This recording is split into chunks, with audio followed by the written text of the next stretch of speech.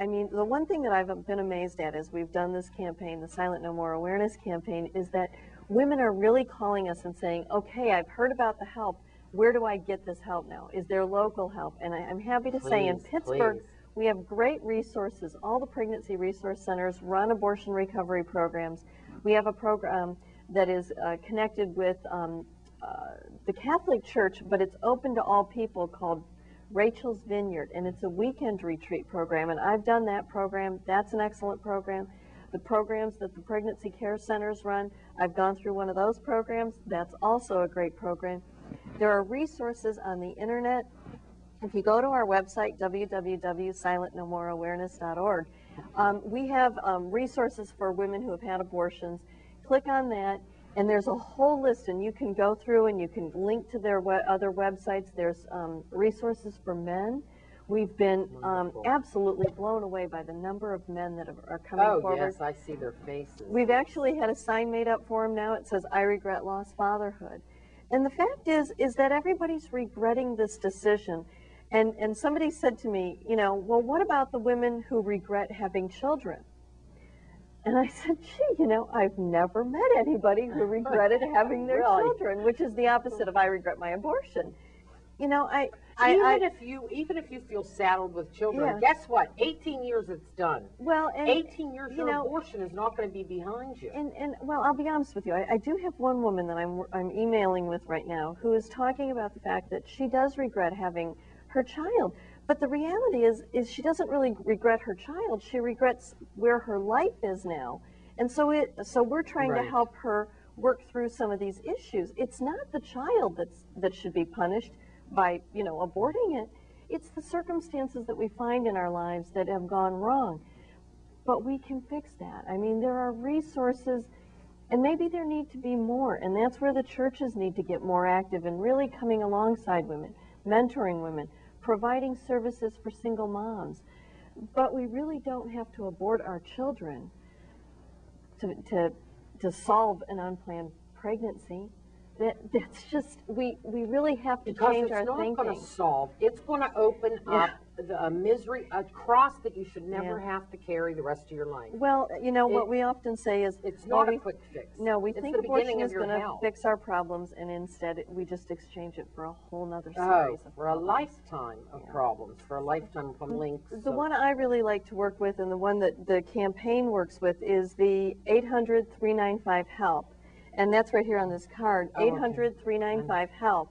And I like that number because they have trained counselors that answer the phone for both abortion recovery as well as if you're facing an unplanned pregnancy. And they'll connect you with local resources if the resources are open, if it's business hours.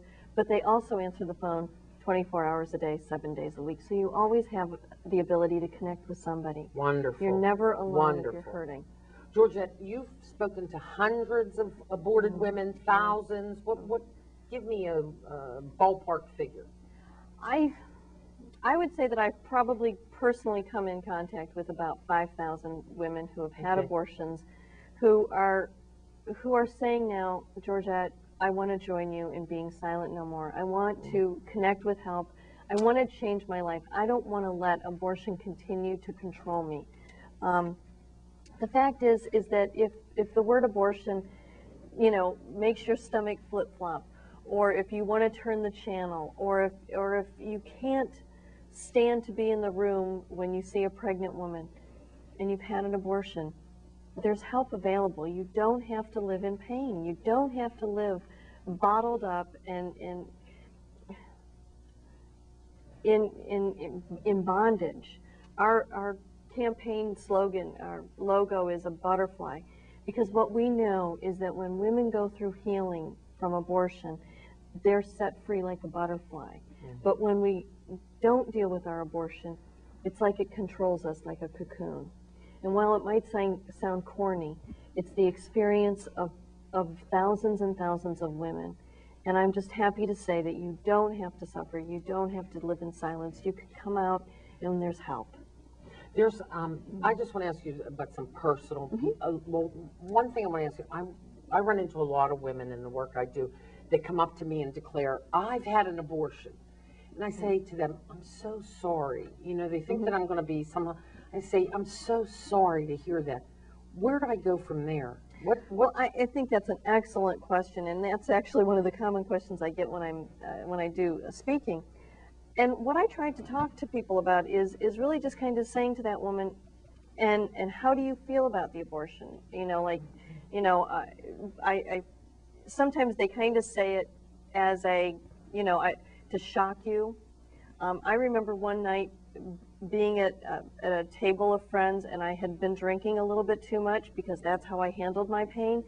And we were talking about abortion, and I was getting mad because, you know, they were all over the board with it, but they weren't looking at it from a woman's perspective. And this was years before I had gone through healing.